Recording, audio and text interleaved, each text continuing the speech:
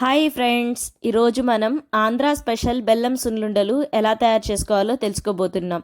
సున్నుండలు ఆరోగ్యానికి చాలా మంచివి. ఇది పిండి వంటల్లో భాగంగా చేసినా సరే ఆరోగ్యానికి ఒక ఇమ్యూనిటీ బూస్టర్ లాంటిది.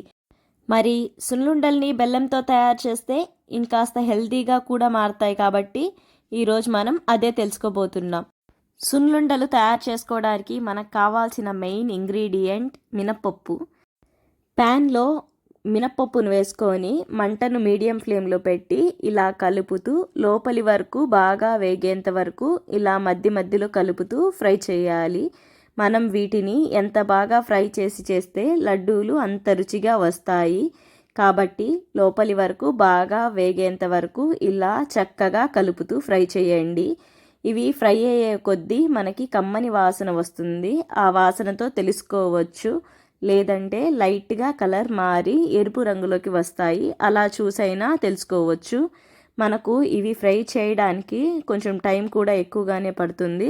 కాబట్టి ఓపిక్గా ఇలా కలుపుతూ ఫ్రై చేయండి. 10-12 నిమిషాలు అయ్యేసరికి ఇవి చక్కగా ఫ్రై అయ్యి లైట్గా కలర్ మారుతాయి.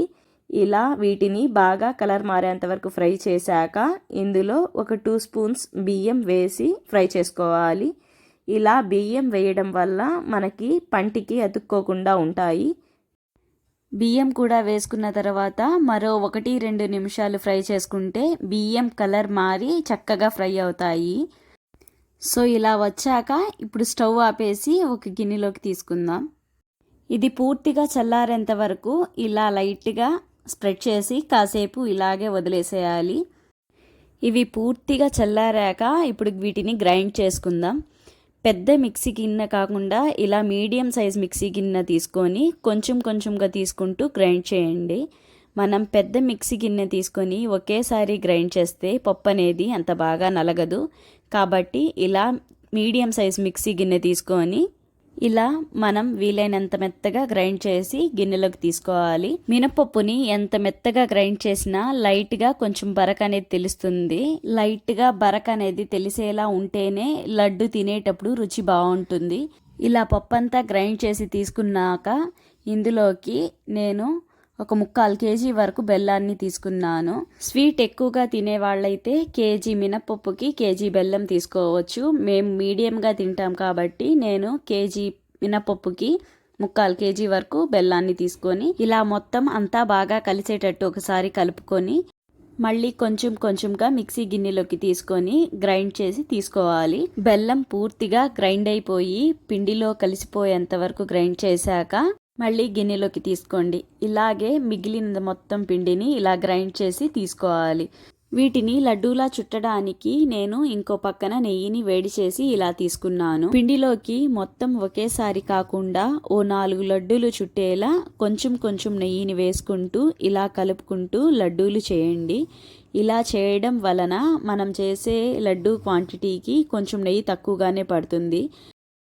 అలా కాకుండా మొత్తం ఒకేసారి కలిపి చేయాలన్నా పిండిలో నెయ్యిని తీసుకొని అంతా కలిసేలా కలుపుకొని ఆ తర్వాత లడ్డూని ప్రిపేర్ చేసుకోవాలి. ఇలాగే మనం తీసుకున్న ఈ పిండి మొత్తంలో కూడా నెయ్యిని కొంచెం కలుపుకుంటూ ఇలా లడ్డూలా చుట్టి తీసుకోవడమే. మా పిల్లలు ఏంటి స్మెల్ సూపర్గా వస్తుంది అని చెప్పి ఇక్కడికి వచ్చారు. ఇక్కడికి వచ్చి సున్నుండలు చూడంగానే నాకు ఒకటి ఇవ్వవా అని చెప్పి అడిగి తీసుకున్నారు. టేస్ట్ అయితే సూపర్గా ఉందంట. మా పెద్దమ్మాయి చూపిస్తుంది. మా పెద్దమ్మాయి తినడం చూసి ఇక్కడ మా చిన్నమ్మాయి కూడా వచ్చేసింది. తను కూడా టేస్ట్ సూపర్గా ఉందని చెప్పింది. అంతే ఫ్రెండ్స్, ఇలా సింపుల్ మెథడ్లో కమ్మనైన సున్నుండల్ని చాలా ఈజీగా చేసుకోవచ్చు. వీటి రుచి అచ్చం మన అమ్మమ్మలు చేసినట్టే చాలా టేస్టీగా ఉంటాయి. మీరు కావాలనుకుంటే ఈ పౌడర్ని ఫ్రిడ్జ్లో కూడా స్టోర్ చేసుకోవచ్చు 1 మంత్ అలా. మనకి నెయ్యి ఎప్పుడు స్పేర్లో ఉంటుందో అప్పుడు వీటిని తీసి ఇలా కలుపుకొని ఉండలు చుట్టుకోవచ్చు.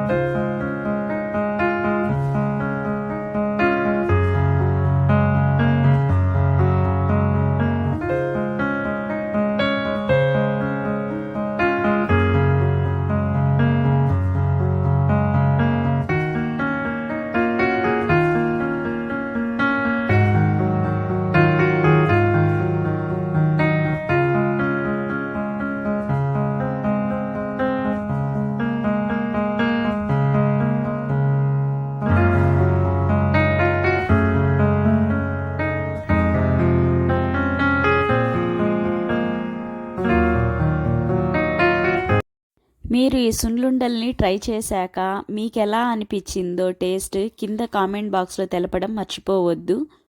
మరిన్ని సింపుల్ అండ్ టేస్టీ రెసిపీస్ కోసం మన ఛానల్ని ఫాలో అవ్వండి. Okay friends, bye. Please subscribe.